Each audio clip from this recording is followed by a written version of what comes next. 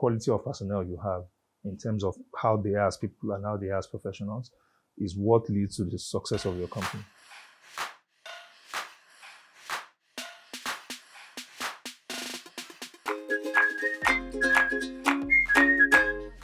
Apart from the fact that we went to school to study this and say, oh, this is what we're applying our trading, there are so many other things we hoped to succeed at when we started out this whole venture.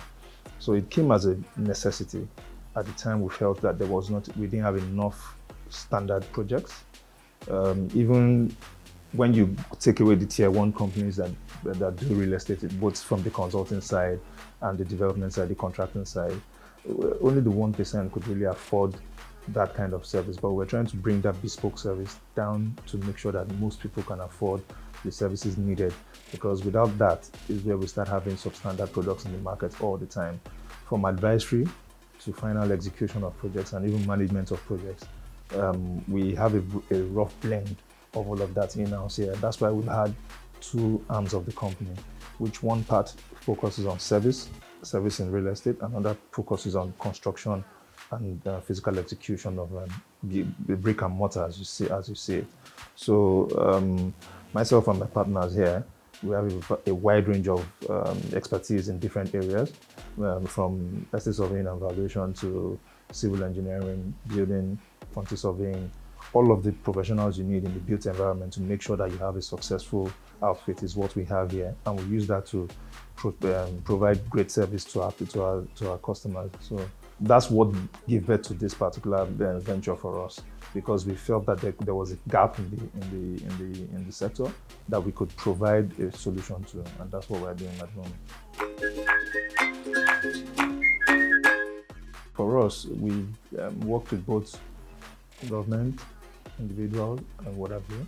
And one of our proudest moments was when we were able to syndicate our first project for an investor right in Yaba here. It was a small project, but we are very proud of it, because what we did from the beginning, from the conception to final and current management of that asset, we are still doing that. So that project speaks for us in a way that we try to deliver value to everybody that came into the project. So the project that started in 2023 and was ended by September 2024. And within that time, we were able to deliver value to buyers in terms of their rental values, the protection of the value of the asset, and even continuous management of it. So we have other projects that we've also now syndicated like that are in the completion phase now.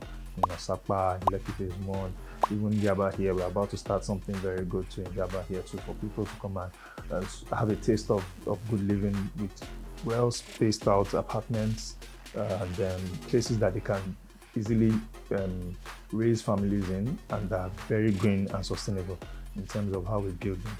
We make sure that in our assets we have sustainable power, just like inverters and all of that, installed from the beginning. We plan for our buildings to have sustainability in them, and that's one of the things that we pride ourselves in terms of achievements for the type of structures we put up.